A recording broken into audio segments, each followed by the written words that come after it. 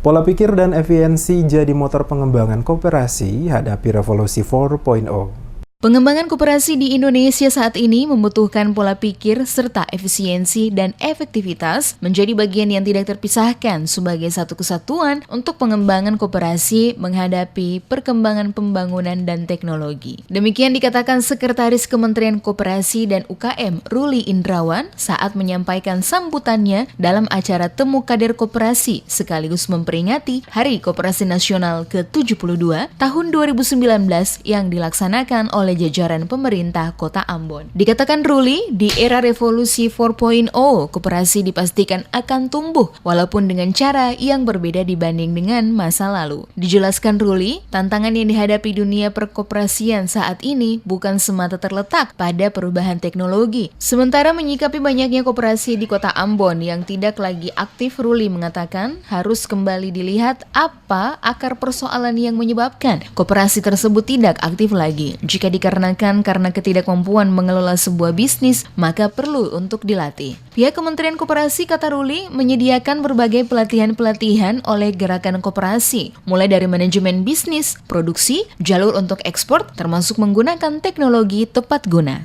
Memang kalau koperasi itu kita harus pilah-pilah.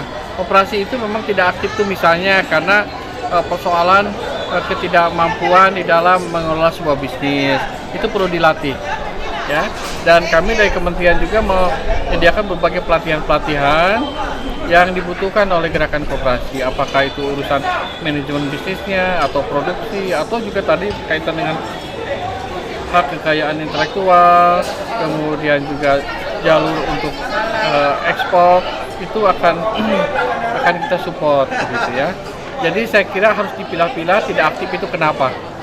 Kalau memang tidak aktif karena memang sudah tidak ada niatan untuk aktif, ya sebaiknya jangan dipaksa juga.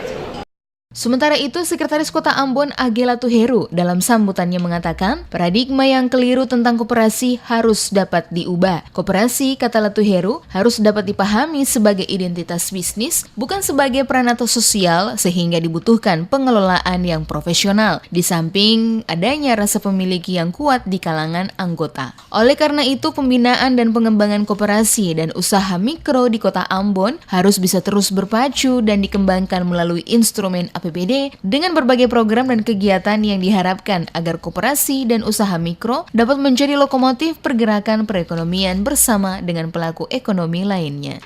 Adanya dukungan konkret dari Kementerian Koperasi dan UKM Republik Indonesia terhadap pembinaan dan pengembangan koperasi dan usaha mikro di Kota Ambon, khususnya menyangkut aspek permodalan dan sarana usaha.